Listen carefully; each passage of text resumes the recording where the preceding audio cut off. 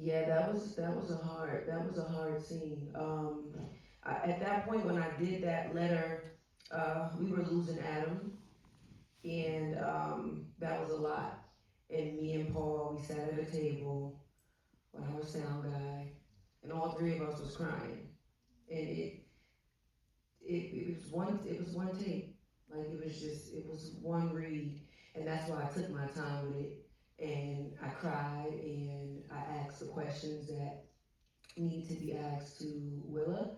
And it was so emotional. And I remember us trying to go, like, months later, he was like, oh, let's try it again. And I was like, look, if it ain't broke, don't fix it. I'm like, that's the one. But I'm gonna try it for you regardless. And we tried it. He was like, yeah, this shit sucks. I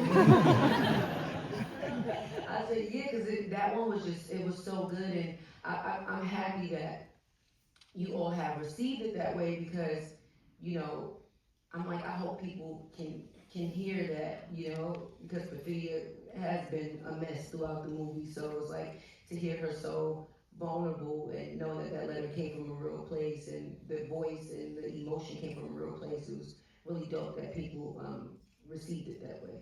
Yeah, and you felt it at the time. You knew that it came across in a way it never would.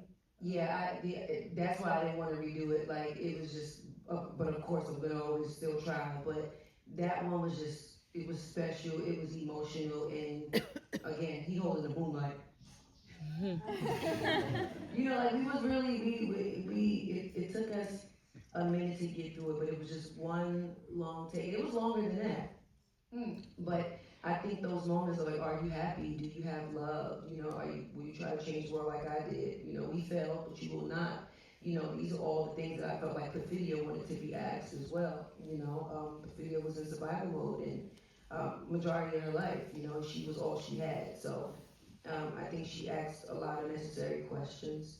Um, and again, we were losing Adam. Rest in peace, Adam. And it was a lot. It was a lot.